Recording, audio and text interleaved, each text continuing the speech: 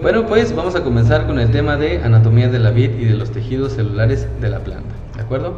Antes de poder hablar sobre anatomía de la vid y de los tejidos de una planta, quiero mencionarles un poquito sobre lo que es la planta, en el caso de la planta de la vid, de manera general. Entonces, en el caso de la vid, que tiene toda una taxonomía general, la vid tiene una división, subdivisión, clase, subclase, orden, familia, género y especie. Sin embargo, la vid pertenece al género de las vitáceas, la familia, de las vitáceas, género Vitis, subespecie vinífera. En el caso de la subespecie, hay diferentes subespecies de vid.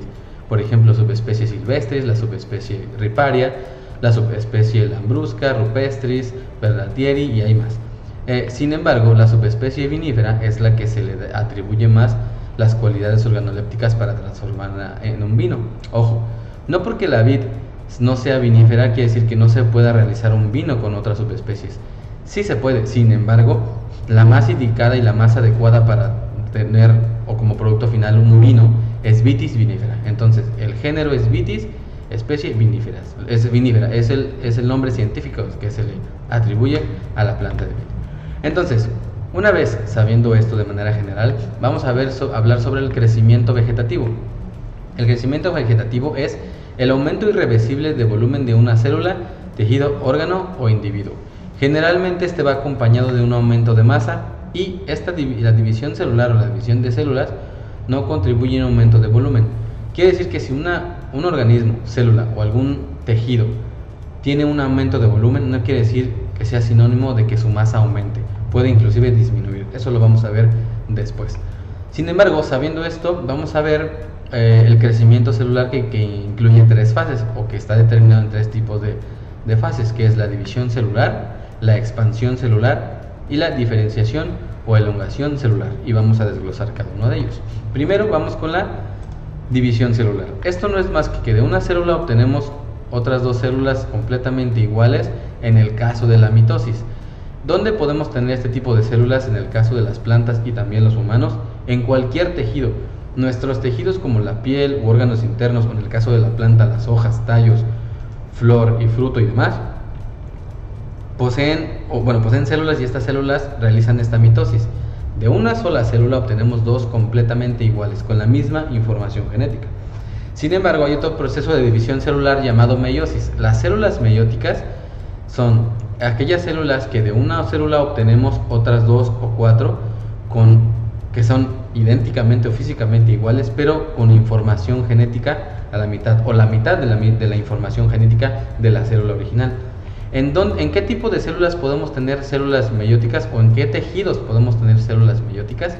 En los tejidos sexuales. En el caso de lo que es las células sexuales masculinas de una planta y las células sexuales femeninas de una planta, son células meióticas, o sea, con mitad de información genética, ya que la reproducción sexual de las células va a que una célula con otra célula con la mitad de información genética, una célula masculina y célula femenina, se unen y obtenemos la formación de gametos. En el caso de las plantas son la formación de semillas.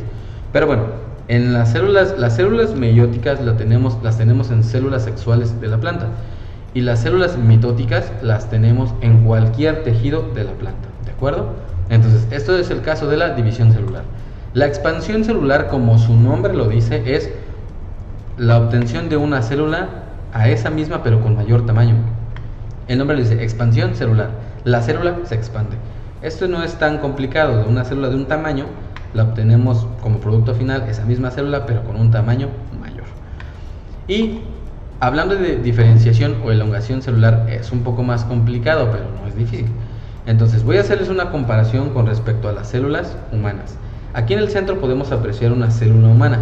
Esta célula va a cambiar su forma para convertirse en cualquier tipo de célula y cumplir una función distinta. Ejemplo, esta célula puede cambiar su morfología para poder transformarse en una célula adiposa o una célula de grasa, que su función va a ser almacenar grasa.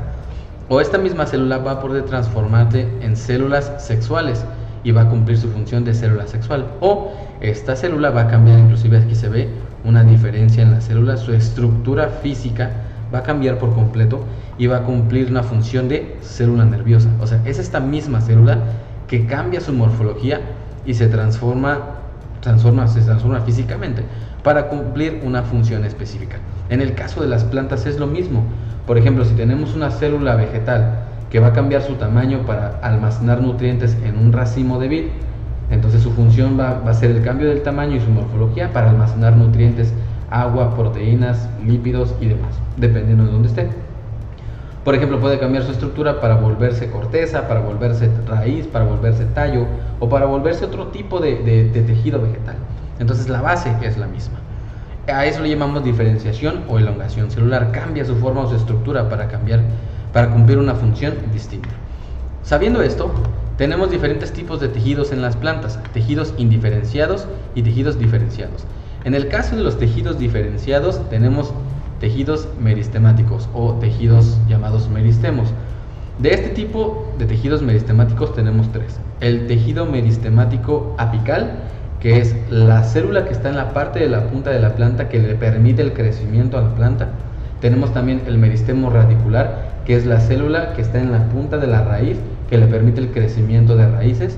Entonces ahí tenemos meristemo radicular y apical. Y tenemos meristemos laterales, que son todas las células laterales de la planta o que están al costado de ella para dar pauta a otros tejidos. Tenemos también los tejidos diferenciados. En el caso de los tejidos diferenciados tenemos de tres tipos: de protección, fundamentales y vasculares. En el caso de los tejidos de protección tenemos la dermis y la epidermis.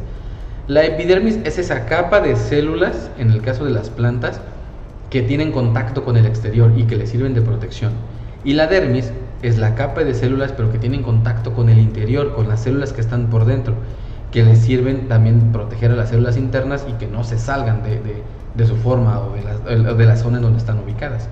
En el caso de los tejidos de las plantas diferenciados, para los fundamentales tenemos de tres tipos: parénquima, colénquima y esclerénquima. Y estos los vamos a desarrollar o vamos a hablar ahorita de manera detallada por cada uno de ellos.